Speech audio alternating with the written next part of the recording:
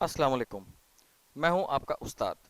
आज मैं आपको सिखाने जा रहा हूं कि आप कैसे जो है वर्चुअल मेमोरी इंक्रीज कर सकते हैं आपके माइक्रोसॉफ्ट ऑपरेटिंग सिस्टम्स में।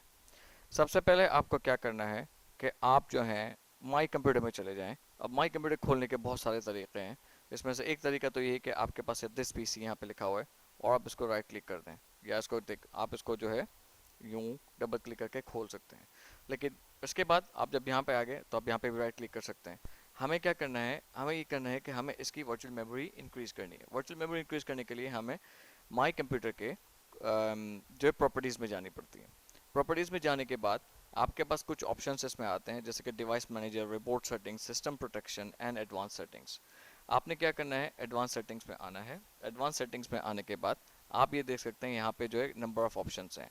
यहाँ पे वैसे आप चाहें तो अपने कंप्यूटर का नाम भी चेंज कर सकते हैं, अगर कभी डोमेन ज्वाइन करवाना हो, चूँकि अगर नेटवर्क सिस्टम आपके पास तो आप वैसे भी कर सकते हैं। आपके पास सारी हार्डवेयर की कैपेसिटीज इसमें बता सकते हैं कि क्या क्या डिवाइस मैनेजर में आपके पास ऑप्शंस हैं।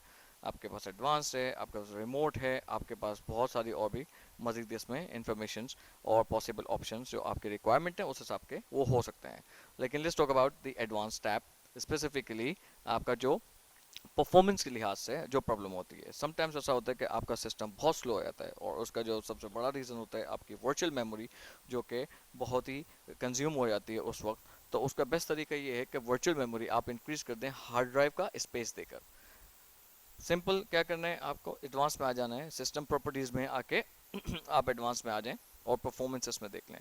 सेटिंग्स में आप सेटिंग्स में आने के बाद जो है आपके पास ये सारे ऑप्शंस हैं, और ये सारे ऑप्शन आपको ये बताता है कि how can you potentially work for your computer, कि आपकी कंप्यूटर जो है इसकी परफॉर्मेंस जो है कैसे इंक्रीज हो सकती है या बेस्ट हो सकती है, या उस हिसाब से जो भी आपको इसमें ऑप्शंस इनेबल डिसेबल करने हैं वो आप कर सकते हैं। ये कह रहे हैं कि let Windows choose what's best for your computer या for my computer. Adjust for the best appearance आप कर सकते हैं, adjust for the best appearance performance कर सकते हैं। जैसे कि आपने परफॉर्मेंस देखा तो उस हिसाब से क्या हुआ, सारा का सारा खत्म हो गया। आप सेकंड टैब इसका देख लें, एडवांस। एडवांस टैब में जब आ जाएंगे तो यहाँ पर आप देख लेंगे, यहाँ पे जो adjust best for the computers के प्रोग्राम्स के लिए, बैकग्राउंड सर्विसेज के लिए। लेकिन अभी आपने क्या करना है, वर्चुअल मेमोरी आपको इसमें देखनी है।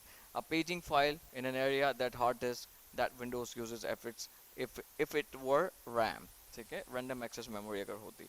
Paging file is very important. कभी कभार ऐसा होता है कि आपकी जो है लैगिंग हो जाती है या लैक्स हो जाते हैं, जैसे कि आप माइक्रोसॉफ्ट विंडोज़ में, सॉरी माइक्रोसॉफ्ट वर्ड में अगर आप कुछ टाइप कर रहे हैं, आप कुछ टाइप तो कुछ कर रहे हैं लेकिन वो थोड़ी थोड़ी देर बाद वो लिख के आ रहा है, तो उसका मतलब आप समझ जाएं कि ये थोड़ा बहुत जो प्रॉब्लम है आपका वर्चुअल मेमोरी का है। या इसके अलावा भी और बहुत सारे इसमें ऐसे ऑप्शंस हैं जो आप इसको कर सकते हैं।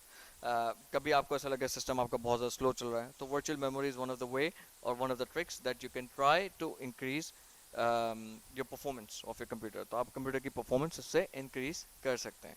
अभी ऑटोमेटिकली डिसाइडेड हुई हुई है मेरे कंप्यूटर की, लेकिन ज़रूरी नहीं कि आप इसको ऑटोमेटिक रखें। आप चाहें तो उसको सेट कर सकते हैं, आपके पास ज़्यादा स्पेस है, आपके हार्ड ड्राइव है, आप इसको सेट करते हैं। मैंने क्या किया, इसे ऑटोमेटिक यहाँ से हटा दिया। ऑटोमेटिक हटाने के बाद जो है मैंने क्या किया, ये सिस्टम मैनेज्ड है, सी डी पे नान है। मैं चाह रहा हूँ कि इसको जो है पेजिंग फाइल चाहूँ तो नो करूँ, चाहे तो ये करूँ, लेकिन मैं अभी चाह रहा हूँ कि मैं इसको यूँ कर दूँ। मैंने क्या किया, इस पर क्लिक सेट पे कर दिया और मैं इसको चाहूँ तो कस्टम भी कर सकता हूँ। से फॉर एग्जांपल अभी स्पेस अवेलेबल है 4129, मतलब तकरीबन 4000 MB मेरे पास है। 1 2 3 4000 जी, ठीक है ना। तो 41,000 MB मेरे पास है, तकरीबन 40 GB या ऐसा कुछ मेरे पास डेटा इसमें स्पेस अवेलेबल है। अब रिकमेंडेड कितनी है, 1395 MB है, और करंटली एलोकेटेड कितनी है, 4958 MB है, which is more than enough. आपको अभी ज़रूरत नहीं है इसकी। लेकिन कभी ऐसा हो कि आप यहाँ पे देख सकते हैं कि रिकमेंडेड पे समटाइम्स ऐसा होता है कि ज़्यादा होती है और जो करंटली एलोकेटेड है वो कम होती है। जब भी ऐसी कोई सिचुएशन या सिनेरियोज आपको मिले, आप जो है क्या करें, जो भी रिकमेंडेड है वो आप उसमें लगा लें। से फॉर एग्जांपल अगर मेरे पास रिकमेंडेड है 3400 और मैक्सिमम साइज़ मैंने कर दी इसकी 7000, तो अब क्या होगा, इसके बिटवीन ये सड़क आप जैसे कि यहाँ देखिए, अभी यहाँ पे ये एलोकेटेड कुछ और है और फिर ये एलोकेटेड होने के बाद जो है मेरा ये यहाँ पे आ गई। अब ये सिस्टम मैनेज नहीं है बल्कि मैंने इसको मैन्युअली कर दिया। इसमें जो है आपको रीस्टार्ट की ज़रूरत पड़ती है। जब तक रीस्टार्ट नहीं होगा ये आपका काम नहीं होगा, इफेक्टिव नहीं होगी इसकी जो चेंजेस हैं। जैसे कि इसमें आप ऑप्शन में भी देख रहे हैं, the changes you have made required to restart your computer before they can take before they can take effect. ठीक है, तो ये सारे के सारे जो है उसके बाद ये अप्लाई हो जाएगी। फिर आप जब कंप्यूटर रीस्टार्ट कर देंगे तो उसके बाद ये आपकी अफेक्ट हो जाएगी। लेकिन जो चेंजेस हैं वो गालिबन वो दिखा देता है, जो कि हम इसको फिर से एक दफ़ा देख लेते हैं।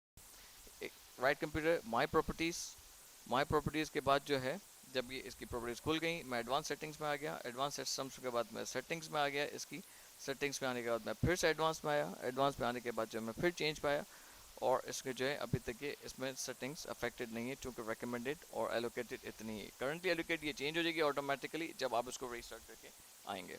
ठीक है, आज के लिए इतना ही। दुआ देखिएगा। अस्सलाम वालेकुम।